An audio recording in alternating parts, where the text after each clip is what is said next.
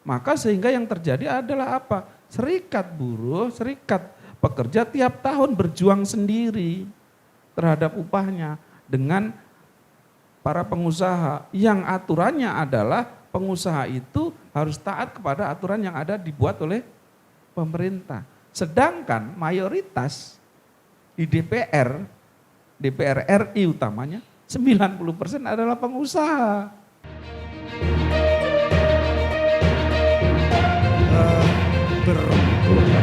Sebenarnya kita itu punya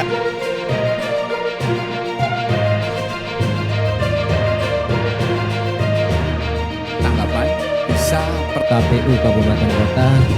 Kalau dia pakai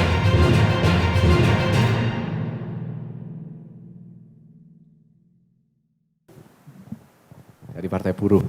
Ini sudah mencabut Anies Baswedan katanya.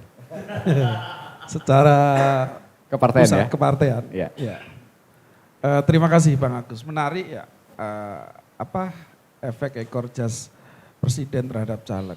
Sepakat dengan Pak Ibrani bahwa ada pemilih rasional yang skeptis dan tradisional.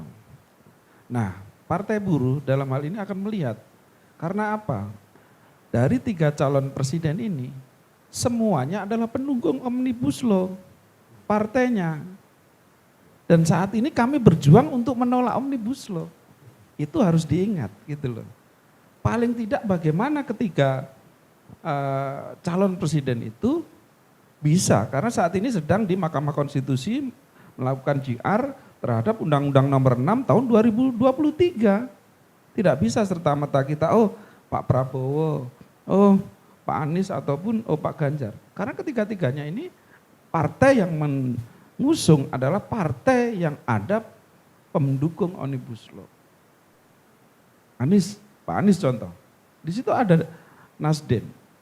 Sekarang ada PKB yang nyata-nyata adalah pendukung Omnibus Law. Ganjar Pranowo, PDIP jelas, di situ P3 jelas. Nah, terus di Prabowo ada Gerindra, ada Golkar dan PAN saat ini kan. Semua pendukung, sedangkan kita adalah bagaimana kita memperjuangkan. Partai Buruh belum menjadi partai pun kita sebagai kaum buruh sudah berjuang sebenarnya sudah dirasakan oleh masyarakat secara banyak.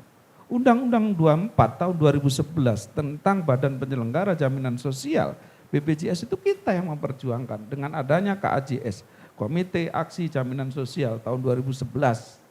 Ketok palu undang-undang sampai tengah malam tuh ngetok palunya jam 11 kita tungguin. Yang sekarang dirasakan oleh seluruh masyarakat Indonesia, BPJS itu. Gitu loh. Itu buah perjuangan kami dari serikat juga untuk sampai saat ini Partai Buruh. Nah, yang tidak ada adalah saat ini parlemen adalah bagaimana parlemen itu juga membicarakan kesejahteraan kaum buruh, kaum petani, kaum nelayan. Ini tidak ada. Coba ketiga capres itu, ada tidak membicarakan bagaimana nasib kaum buruh, kaum petani, kaum nelayan? Tidak ada. Maka sehingga yang terjadi adalah apa? Serikat buruh, serikat pekerja tiap tahun berjuang sendiri terhadap upahnya dengan para pengusaha yang aturannya adalah pengusaha itu harus taat kepada aturan yang ada dibuat oleh pemerintah. Sedangkan mayoritas di DPR RI utamanya 90% adalah pengusaha. Gitu loh. Maka ini bentuk perjuangan kita, gitu loh. Nah, di Partai Buruh ada beberapa tahapan bahwa kemarin Rakernas sudah menyemburkan beberapa nama presiden, calon presiden dan terus nanti di saat Rapimnas akan dikerucutkan sampai nanti akhirnya adalah Partai Buruh beserta pendirinya, pendiri Partai Buruh ada 11 atau 17 elemen pendiri Partai Buruh melakukan musyawarah untuk menentukan calon pendukung bukan pengusung karena kita non parlemen kan tidak ada di parlemen nasional. Nah, sedangkan jangan sampai kita mendukung mati-matian capres bahwa teman-teman kita itu semua juga harus berjuang untuk mendapatkan parliamentary threshold 4% tahun 2024 nanti. Itu harus juga diperjuangkan, jangan sampai nanti kita fokus mendukung capres tetapi parliamentary threshold-nya lepas gitu loh. Ini harus menjadi perhatian. Nah, perjuangan kita di Partai Buruh terhadap capres akan kita lihat bagaimana capres itu melihat Undang-Undang Nomor 6 Tahun 2023 ini, Undang-Undang Cipta Kerja atau Undang-Undang Omnibus Law ini. Karena apa? Dari awal kita menolak gitu loh. Perjuangan kita ini menolak. Dan di situ akan kita lihat nanti penentuan, walaupun tidak membatalkan Undang-Undang Omnibus Law, bagaimana mereka berani merevisi undang-undang ini untuk lebih mensejahterakan rakyatnya. Saat ini yang terjadi adalah hak-hak teman-teman buruh, petani, nelayan terabaikan oleh negara. Seakan-akan negara ini tidak ada dan dilepas begitu aja antara global, pasar global, sehingga masyarakat dan petani buruh yang merasa rendah atau merasa istilahnya lemah ini akan berjuang sendiri. Tidak ada aturan-aturan yang melindungi mereka gitu loh. Saat ini yang terjadi contoh, yang saat ini terjadi adalah kebebasan pengusaha untuk memakai outsourcing dari level bawah sampai level atas. Gitu. Ini yang terjadi, sehingga nanti suatu perusahaan itu kadang juga hanya namanya aja, produknya si A, tapi karyawannya belum tentu karyawan si A. Dan itu yang terjadi. Maka mengenai capres ini tadi sepakat dengan Pak Tibrani bahwa bagaimana seorang caleg di bawah, terutama di daerah-daerah itu bisa meyakinkan pemilihnya. Karena kadang ini Bang Agus, tidak sinkron nih DPRD kota, DPRD provinsi, dan DPR RI. Ya. DPR RI di Batam, di Kepri ini menang, belum tentu di provinsinya dapat kursi sesuai dengan tingkatannya. Artinya perpolitikan kita itu tidak sinkron sebenarnya, tidak tegak lurus. Tidak linear ke atas. Tidak linear ke atas. Nah, artinya apa? Pesona personal itu masih menjadi faktor utama ketika seseorang itu maju menjadi seorang caleg.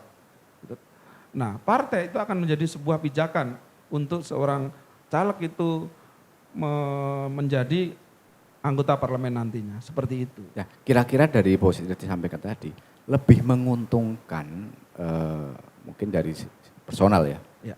Kalau kebijakan partai mungkin kan masih perlu beranjak. Secara personal, Pak Suprapto, lebih menguntungkan bergabung ketiga calon yang ada atau mengambil pasar yang sesuai dengan yang tadi? Ya, sampai saat ini kita tegak lurus sama partai di pusat bahwa saat ini ada kemarin secara ini sudah dianulir itu, ya. Dieliminasi satu nama calon. Ada nama Ganjar, ada nama Prabowo juga, ada Naswa Shihab dan ada Said Iqbal di situ. Ada 4 yang saat ini sedang digodok oleh pusat. Maka kita akan tunggu secara pusat, kita sudah memberikan masukan-masukan. Kalau secara perjuangan ya kedua calon itu adalah pendukung Omnibus Law. Tetapi bagaimana ketika salah satu itu didukung, itu efeknya ke bawah juga. Ada efek positif, ada efek negatif. Contoh umpamanya, mayoritas kita di wilayah Sumatera, mohon maaf ketika kita ngomong Partai Buruh mendukung Ganjar akan habis juga. Kan gitu. Ya. Daerah-daerah tertentu akan habis juga. Tapi daerah-daerah, mungkin teman-teman daerah Sulawesi, daerah-daerah Kalimantan dan daerah-daerah Irian akan secara hati. Tetapi maka nanti akan diputuskan secara yang terbaik oleh partai, baik mau mendukung Prabowo ataupun mendukung Ganjar, itu akan dilakukan secara terbaik oleh partai politik di DPP dan seluruh pendiri partai. Nah, baik Prabowo atau Ganjar itu punya plus minus juga kita. Karena apa? Sebelum kita membuat atau mendirikan Partai Buruh, kita pendukung setia Prabowo 2 periode, 2014, 2019, kita pendukung setia. Walaupun di bawah kita babak belur gitu loh. Tapi kita setia dulu. Tetapi ketika kita punya rumah sendiri Partai Buruh, ya kita harus berjuang sesuai platform kita. Nah, baik.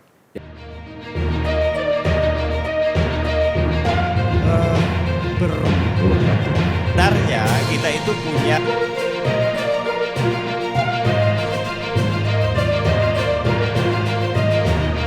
tanggapan bisa per KPU Kabupaten Kota